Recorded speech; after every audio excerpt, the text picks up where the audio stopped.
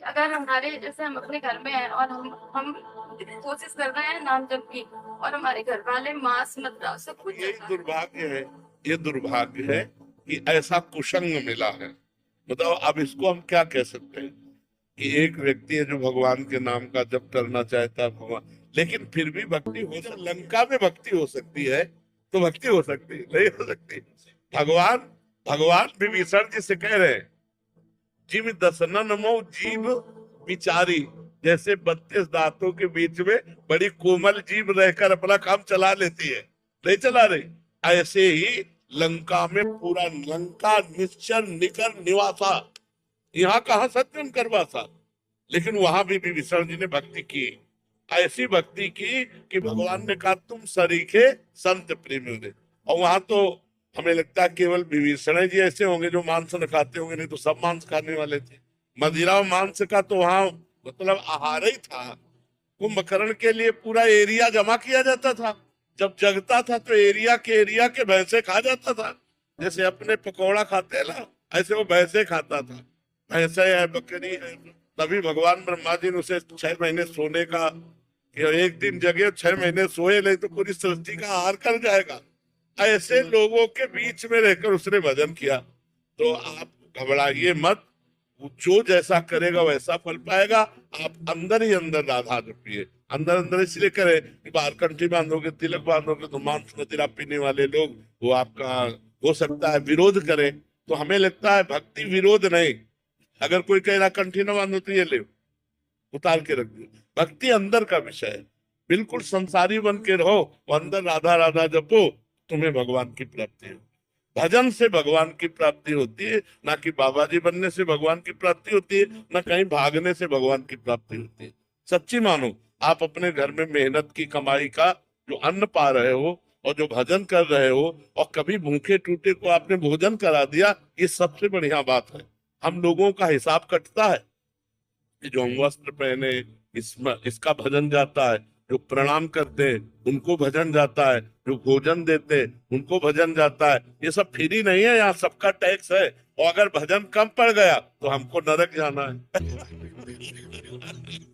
हरे हरे शिष्य धन सो कन हरे, सो गुरु घोर नरक मा पड़े। अच्छा, आप इस भागवतिक टैक्स से बचे। मेहनत की कमाई से कपड़े पहनते हैं, मेहनत की कमाई खाते हैं, और अपनी मेहनत की कमाई दूसरों को भी दे देते हैं। गौ सेवा, संत सेवा, आए हुए अतिथि की, भिक्षुक की सेवा। तो गृहस्थी, हम लोग गृहस्थी धर्म में ही पैदा हुए, और गृहस्थी धर्म से ही हमारा पोषण होता है। पोषण भी गृहस्थी धर्म से होता है। अगर ये आप लोग समझते हो कि गृहस्थी धर्म में भगवत प्राप्ति नहीं हो सकती, तो आप सच्ची मानो, सबसे पहले गृहस्थी को भगवत प्राप्ति होगी। पर धर्म से चले। अब पराई बहनी बिटिया से गंदी बातें करो, शराब पियो, मांस खाओ तो नरक जाओगे। चाहे और अगर अच्छे आचरण करोगे, 4 रोटी अपने से बचा करके गौ सेवा संत सेवा में दे दी, तो वही तुम्हें भगवत प्राप्ति कराएगा। खूब नाम जप करो, कोई परेशानी नहीं। कहाँ भाग के जाओगे? आज हमें एकांत तो बता दो, कहाँ एकांत है? कहीं एकांत नहीं बचा। हिमालय में भी चले जाओ तो वहां भी लोग आजकल जो है, जहां भी एकांत समझते हो वही शूटिंग शुरू है। हाँ, के नाम पर जब करते हैं 10 मिनट एकांत में बैठ के, तो उसी टाइम पे पत्नी कुछ काम बता देती है, बच्चा कोई बात नहीं, तो उठ के खड़े हो गए, काम करने लगे, राधा राधा अपना काम करने के लिए चल दिए। राधा भगवान को एकांत में बैठकर भजन करने से नहीं मिलते। काम करते हुए भजन करना सबसे श्रेष्ठ बात है। झाड़ू लगा रहे हैं, फावड़ा चला रहे हैं, व्यापार कर रहे हैं, पानी ला रहे हैं, कुछ भी काम कर, राधा राधा राधा राधा क्या जाता है? माले चलाने से भगवान प्राप्त होते हैं, भगवान सुमिरन करने से प्राप्त होते हैं। हम सुमिरन बिना सुमिरन करें, गिन लो भगवान तुम, गिन लो, वो तो सब जान ही रहे हैं।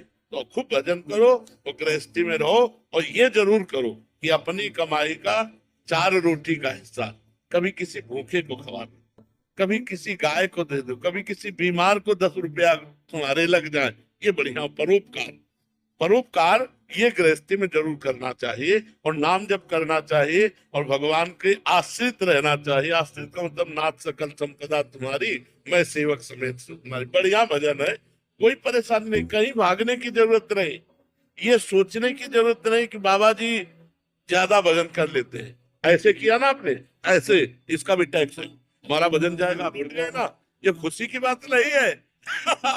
तुम्हारे पुण्य जा रहे, अगर भजन नहीं करोगे तो वो साष्टांग वाला पुण्य ले गया और तुम नरक जाओगे।